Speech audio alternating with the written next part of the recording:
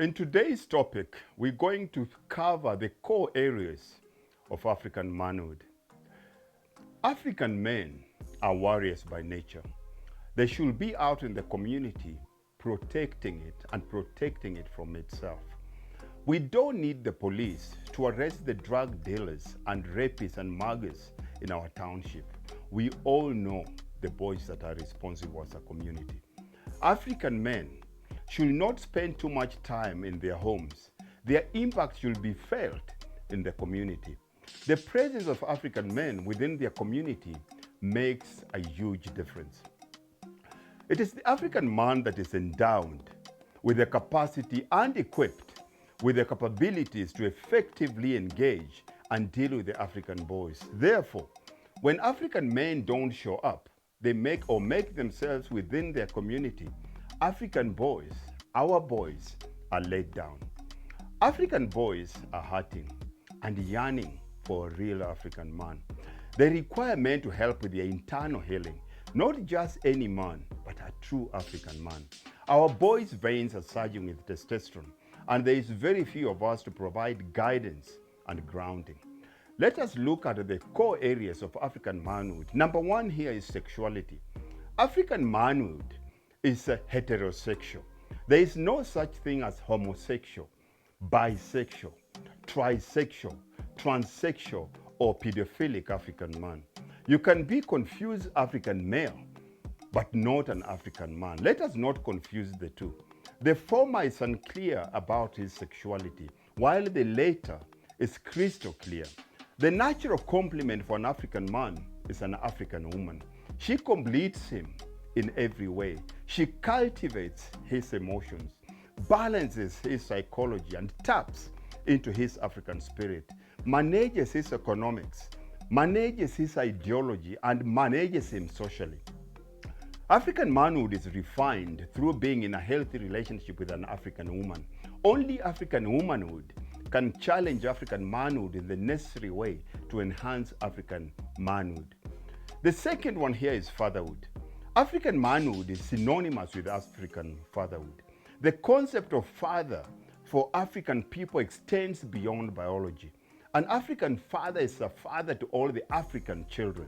It is his spiritual duty to treat every African child as his own, and his cultural duty to work in concert with the biological parents to protect, provide, and develop and cultivate all the children.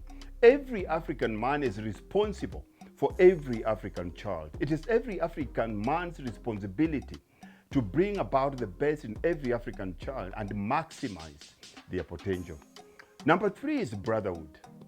Traditionally, African men belong to a society of African men, the brotherhood.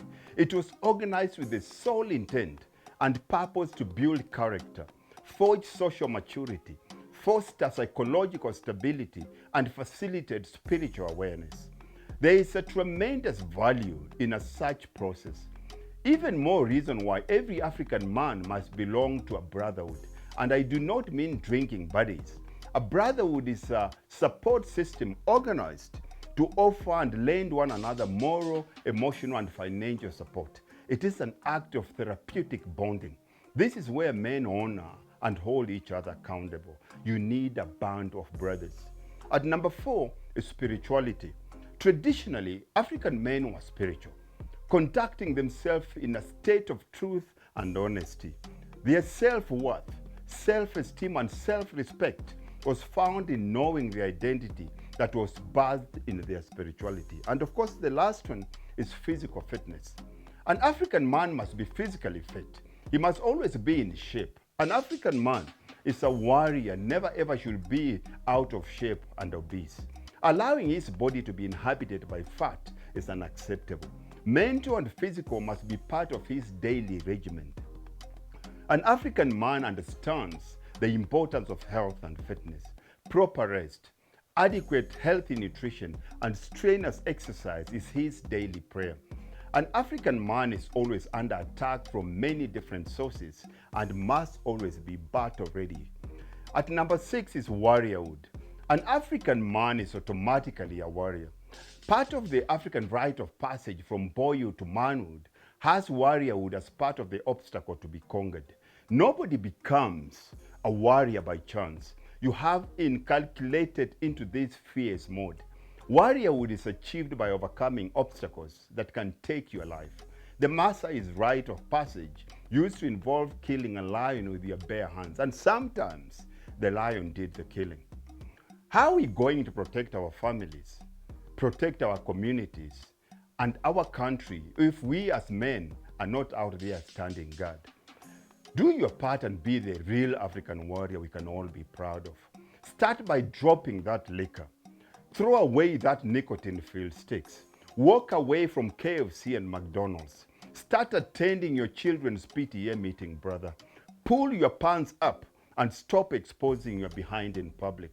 Stop listening to music or supporting artists that call our women, they call us with the N word, and call our queens with the B word.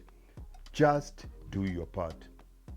To finish this in conclusion, African manhood is tied to the ultimate African sovereignty.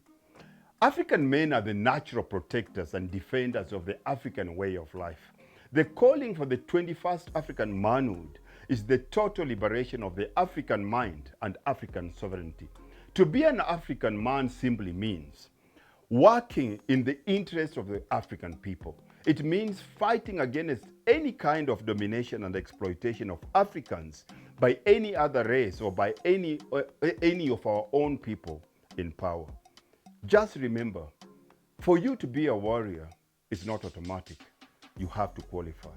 And that becomes the last final straw for you to become an African warrior. Africa, unite.